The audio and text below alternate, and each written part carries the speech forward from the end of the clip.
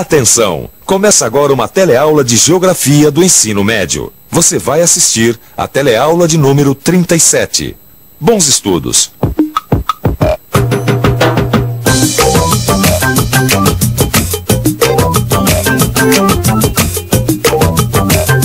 De um lado, os americanos, de outro, os soviéticos.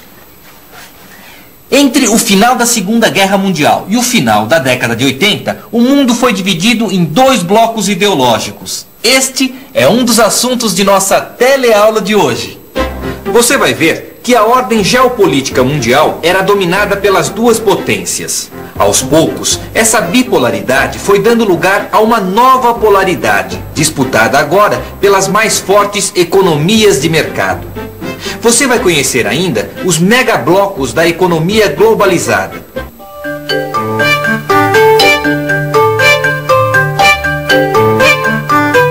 Puxa vida, hein, Gil? Quanta coisa aconteceu, né? A gente olha essas imagens e nem parece que são fatos tão recentes, né? E tem mais, né? Depois da Segunda Guerra Mundial, o mundo se dividiu praticamente em dois blocos. Exatamente. O bloco capitalista, que era liderado pelos Estados Unidos, né? E os socialistas, cujo polo era a União Soviética. Exatamente. Inimigos, né? Tanto no plano econômico quanto no militar. Era o começo da Guerra Fria, né, Vicente? Exatamente. Que só foi terminar de vez em 1989 com a queda do Muro de Berlim, né? Lembra? Foi uma festa. O muro sempre foi um dos marcos mais ostensivos dessa divisão do mundo. A sua derrubada marcou simbolicamente o fim da Guerra Fria. Significava também a desestruturação do socialismo real e, de certa forma, a vitória do capitalismo moderno. Apenas dois países não eram pró-americanos e nem pró-soviéticos: a China e a Índia.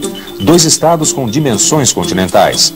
Tanto a China quanto a Índia mantiveram esquemas político-econômicos próprios, com significativa autonomia.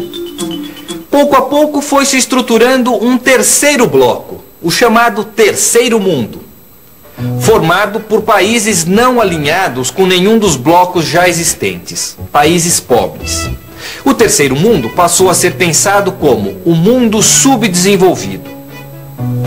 Em 1985, o primeiro-ministro soviético Mikhail Gorbachev anunciava os primeiros desgastes do sistema comunista. Estamos percebendo um desgaste progressivo dos valores ideológicos e morais do nosso povo. Os indicadores sociais, que atestam a melhoria da qualidade de vida, crescem hoje mais lentamente. E as dificuldades de atender às necessidades de abastecimento, de habitação, de bens e serviços são evidentes. Mas nós não podemos aceitar a estagnação. Nós não podemos aceitar a mentalidade de vulgares consumidores. Se nós aprendermos a trabalhar melhor, seremos mais honestos e cuidadosos uns com os outros. Estaremos criando, então, um modo de vida verdadeiramente socialista. Gorbachev já previa a necessidade de reestruturar a economia soviética para fortalecer certos princípios do socialismo. Gorbachev acreditava que a perestroika, como ficou conhecida a sua proposta, resgataria as esperanças soviéticas. Ele também propôs a glasnost, que em russo quer dizer transparência. A glasnost revelaria os privilégios e a corrupção do sistema, colocando de novo a sociedade nos trilhos, retomando a estabilidade e o crescimento econômico. Mas o processo acabou sendo atropelado pelos fatos. No final de 1989, a União Soviética foi forçada a se retirar do leste europeu. No dia 9 de novembro, o Muro de Berlim é derrubado. Abre-se assim o caminho para a reunificação da Alemanha, dividida desde o final da Segunda Guerra. Deixa de existir a Alemanha Oriental comunista e a Alemanha Ocidental capitalista. Em seguida, os países das Europas Central e Balcânicas pedem a retirada das tropas soviéticas dos seus respectivos territórios. E em 1991, são dissolvidos o Comecon e o Pacto de Varsóvia. Então, depois da queda do Muro de Berlim, o Império Soviético entrou numa profunda crise econômica, política. Eu me lembro. Todo dia a gente via notícias vindas de lá de tentativas de golpe, de protestos populares, de revolução. Foi... Então, uma crise sem precedentes, né? E um pouco mais de um ano depois, em 21 de dezembro de 1991, acabou a União Soviética. Como assim acabou? Como assim acaba? Acaba. A antiga União Soviética, como um único bloco, acabou. E no seu lugar surgiram 15 repúblicas, todas com autonomia. E as várias repúblicas não ficaram mais fracas com essa dissolução? Logo surgiu a ideia delas se unificarem. 12 das 15 repúblicas soviéticas formaram então a Comunidade dos Estados Independentes, a CEI. Agora, Gil, a dissolução da União Soviética, na verdade, foi uma vitória americana, né? Com certeza. Em 1991, a ação dos Estados Unidos no Golfo Pérsico reafirmou a posição deles como superpotência hegemônica.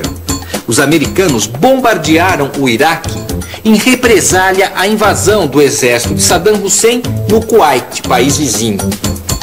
Os Estados Unidos impõem ao mundo a Pax Americana e passam a dominar a nova ordem mundial. Isso, para alguns geógrafos, significa um mundo unipolar. Outros geógrafos já discordam. Para eles, o mundo pós-guerra é multipolar, formado por vários megablocos regionais.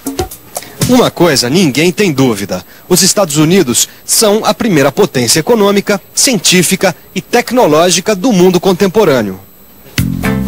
O American Way of Life, jeito de ser e viver da sociedade americana, exerce influência impressionante no imaginário coletivo mundial. A liberdade, como o maior bem a ser preservado, exercida nos limites da ação individual, é o princípio da democracia e a principal característica dos americanos. Mas nos Estados Unidos as coisas também mudaram. Se no final da Segunda Guerra o dólar valia muito, hoje a coisa não é tão estável e tranquila assim. Existem outras moedas fortes no mercado e o déficit comercial da balança americana começa a preocupar, graças à entrada de importados mais competitivos nos Estados Unidos, ou seja, a internacionalização da economia.